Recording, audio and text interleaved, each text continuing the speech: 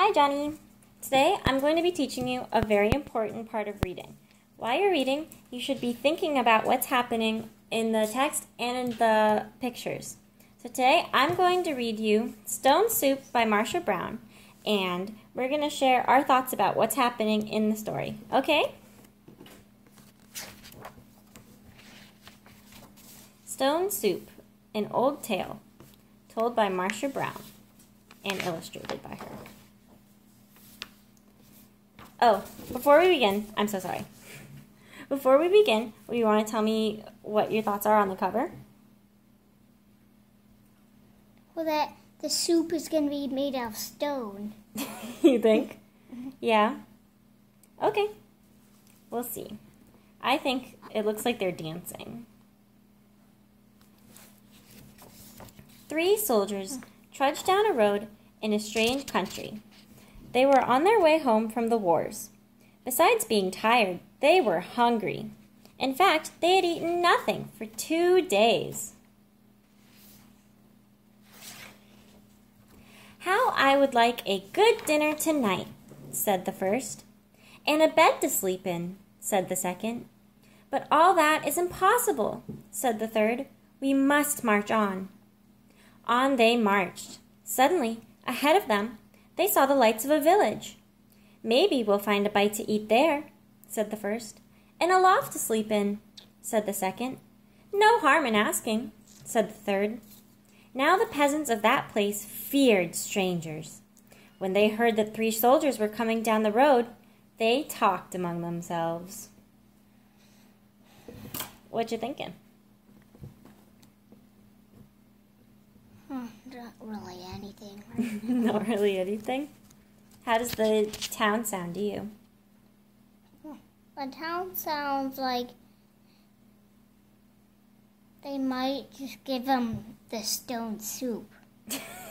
That could happen. We know there's going to be stone soup probably in the story.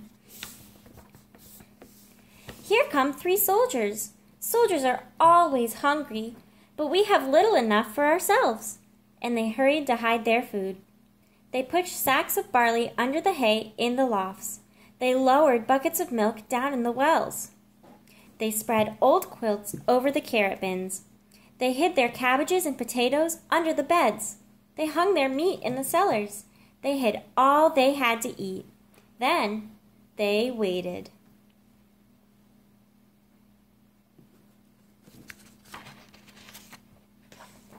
The soldiers stopped first at the house of Paul and Francois.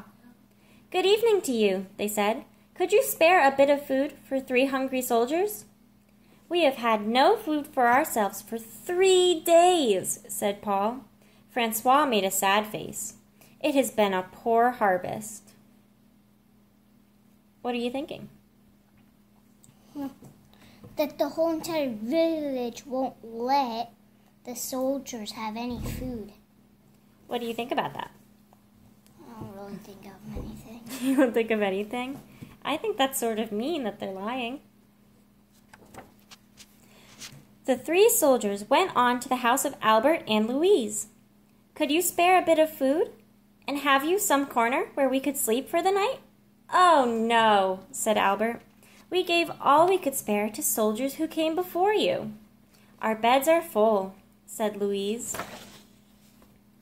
At Vincent and Marie's, the answer was the same. It had been a poor harvest, and all the grain must be kept for seed. So it went all through the village. Not a peasant had any food to give away. They all had good reasons. One family had used the grain for feed. Another had an old sick father to care for. All had too many mouths to fill. The villagers stood in the street and sighed. They looked as hungry as they could. The 3 soldiers talked together. What are you thinking? Well, they might leave the village. You think that's what They they're talking might not come about? back again Yeah, that would make sense. because it's useless. There is no food. But we know there's food. I wonder why they hid everything. Then the first soldier called out, "Good people!" The peasants drew near. "We are 3 hungry soldiers in a strange land. We have asked you for food, and you have no food. Well then, we'll have to make stone soup. The peasants stared. Stone soup? That would be something to know about. What do you think stone soup is? A soup made of stone. Can you just eat a stone, though? No. No. First, we'll need a large iron pot, the soldiers said. The peasants brought the Could you please not play with that right now and listen? The peasants brought the largest pot they could find. How else to cook enough? That's none too large, said the soldiers, but it will do. And now, water to fill it and a fire to heat it. It took many buckets of water to fill the pot. A fire was built on the village square, and the pot was set to boil. And now, if you please, 3 round, smooth stones. Those were easy enough to find. The peasants' eyes grew round as they watched the soldiers drop stones into the pot. What do you think's going to happen? That they're going to put even more things, and then the stone soup are going to taste horrible. It's going to taste horrible. I agree. Any soup needs salt and pepper, said the soldiers as they began to stir. Children ran to fetch salt and pepper. Stones like these generally make good soup. But oh, if there were carrots, it would be so much better. Why, I think I have a carrot or two, said Francois, and off she ran. She came back with her apron full of carrots from the bin beneath the red quilt. A good stone soup should have cabbage, said the soldiers as they sliced the carrots into the pot. But no use asking for what you don't have. I think I could find a cabbage somewhere, said Marie, and she hurried home. Back she came with 3 cabbages from the cupboard under the bed. If only we had a bit of beef and a few potatoes, this soup would be good enough for a rich man's table. The peasants thought that over. They remembered their potatoes and their sides of beef hanging in the cellars. They ran to fetch them. A rich man's soup, and all from a few stones. It seemed like magic. What are you thinking? The peasants are now helping just a little bit for the stone soup. Yeah, they're pitching in food, huh? Ah, sighed the soldiers as they stirred in the beef and potatoes. If only we had a little barley and a cup of milk. This soup would be fit for the king himself. Indeed, he asked for just such a soup when last he dined with us. The peasants looked at each other. The soldiers had entertained the king. Well, but no use asking for what you don't have, the soldiers sighed. The peasants brought their barley from the lofts. They brought their milk from the wells. The soldiers stirred the barley and milk into the steaming broth while the peasants stared. At last the soup was ready. All of you shall taste, the soldiers said, but first a table must be set. Great tables were placed in the square, and all around were lighted torches. Such a soup! How good it smelled! Truly fit for a king. But then the peasants asked themselves, would not such a soup require bread, and a roast, and cider? Soon a banquet was spread, and everyone sat down to eat. Never had there been such a feast. Never had the peasants tasted such soup and fancy, made from stones. They ate and drank and ate and drank, and after that they danced. They danced and sang far into the night. What are you thinking? That the stone soup's going to be all gone because of everyone was eating it. Yeah. At last they were tired.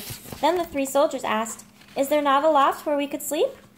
Let 3 such wise and splendid gentlemen sleep in a loft. Indeed, they must have the best beds in the village. So the first soldier slept in the priest's house, the second soldier slept in the baker's house, and the third soldier slept in the mayor's house. In the morning, the whole village gathered in the square to give them a send-off. Many thanks for what you have taught us, the peasants said to the soldiers. We shall never go hungry, now that we know how to make soup from stones. Oh, it's all in knowing how, said the soldiers, and off they went down the road. Such men don't grow on every bush. The end. So, what are your final thoughts? Not really anything. Not anything? Do you think it was funny how the soldiers tricked the villagers into giving them food?